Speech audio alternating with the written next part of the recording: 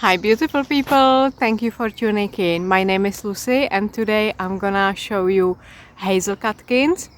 I just came across this wonderful tree.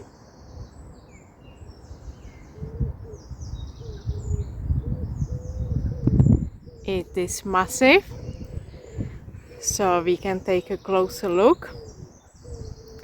These ones, the hanging ones, are male and the flowers are female. You can see this wonderful one.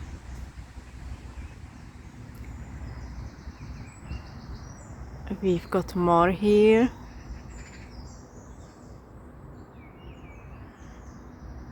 And you can also harvest these. Personally, I don't really harvest them. I think it's really good to leave it to pollinate and enjoy the nuts later. Well, honestly, I never enjoy the nuts because squirrels always get them. But never mind, I think some things should be left for nature, especially in early stages. But if you like to collect some, make sure you just collect a few, and you can just make a wonderful tea with them.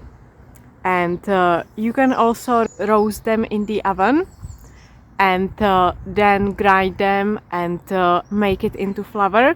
And some people just dry them and enjoy them on porridge, or they put it in like cereal bars or something like that. So you can't really make wonderful things, but yeah, if you like, just enjoy a few.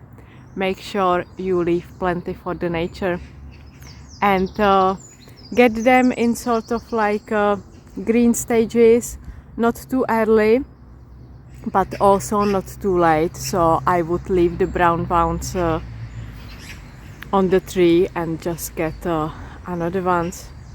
So yeah, there you go. Wonderful spring sign. Thanks for tuning in.